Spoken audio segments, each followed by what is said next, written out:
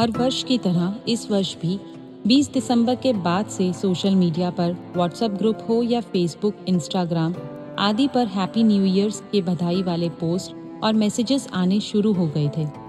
21 दिसंबर की कड़कड़ाती ठंड में आधी रात को भारत के लगभग सभी शहरों में आतिशबाजी, पार्टियां और जश्न मनाए जाने लगा। इस जश्न को मनाने वाले लगभग 90% लोग सनातन धर्म को मानने वाले थे। रात भर बियर, शैंपेन और विभिन्न खाद्य पदार्थों के साथ जश्न में खूब पैसा बहाया गया। अगले दिन सुबह कोहरा छाया था और लोग एक दूसरे को बधाई दे रहे थे, हैप्पी न्यू ईयर। क्या वो सच में नव वर्ष था? अगर हाँ, तो उसमें नया क्या था? सिर्फ अंग्रेजी कैलेंडर की एक तारीख बदलने के अलावा क्या बदला था?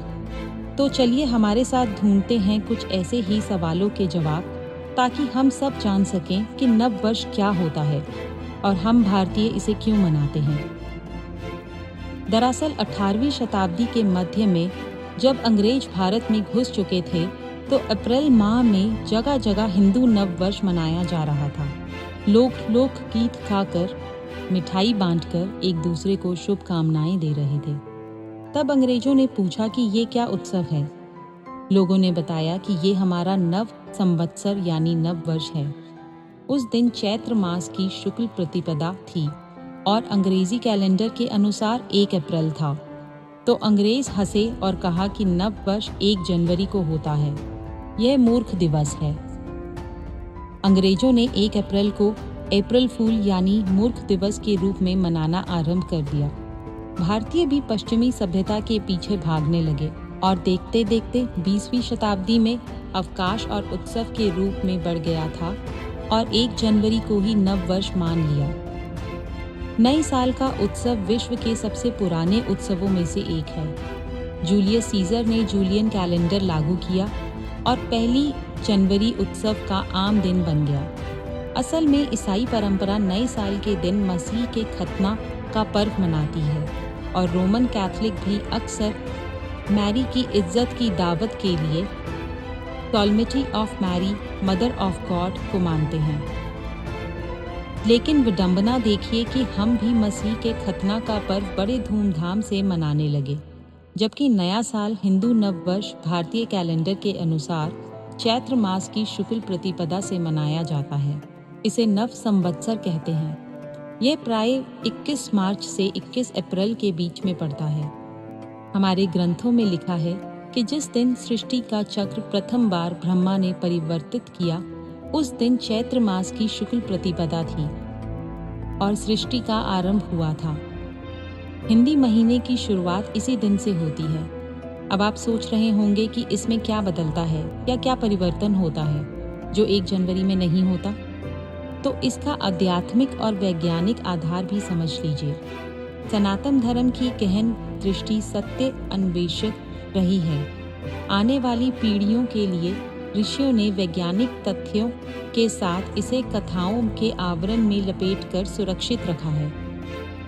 इस दौरान पेड़ पौधों में कली और फूल इसी समय आना शुरू होते हैं। वातावरण में एक नया उल्लास होता है जो मन को आह्लादित कर देता है। प्रकृति में हर जगह हरियाली छाने लगती है।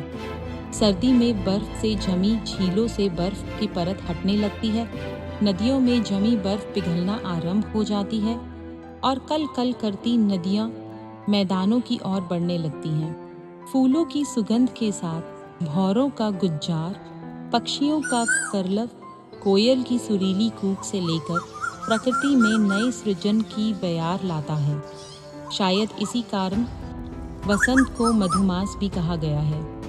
नवरात्र की शुरुआत इसी दिन से होती है, जिसमें हम लोग उपवास एवं पवित्र रहकर नव वर्ष की शुरुआत करते हैं। क्योंकि अष्टांग नृत्य के रचयिता महर्षि वाग्भट तथा चरक संहिता के रचयिता महर्षि चरक के अनुसार वसंत ऋतु में शरीर में लाल रक्त कणिकाएं अधिक मात्रा में बनना आरंभ हो जाती हैं। साथ में शरीर इस दौरान रुधिर परिवर्तन भी करता है।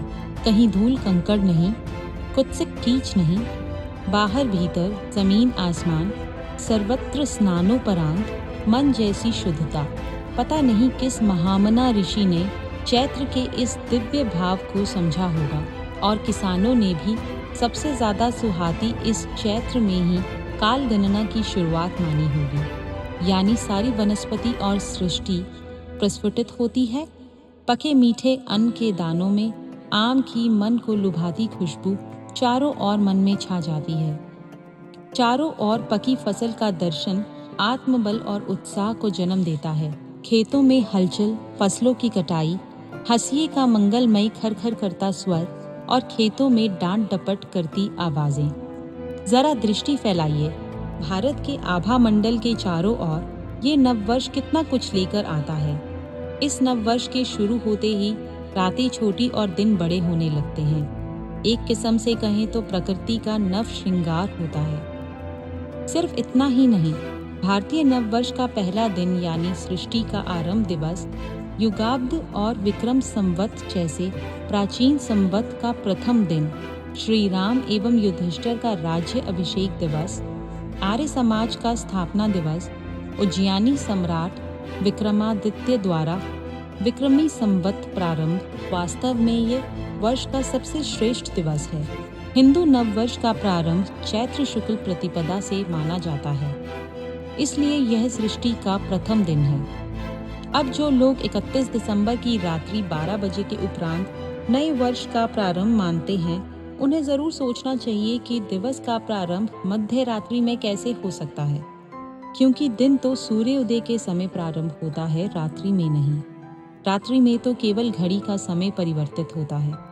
पश्चिमी संस्कृति अनुसार नववर्ष मनाने वाले वर्तमान काल को 21वीं शताब्दी कहते हैं।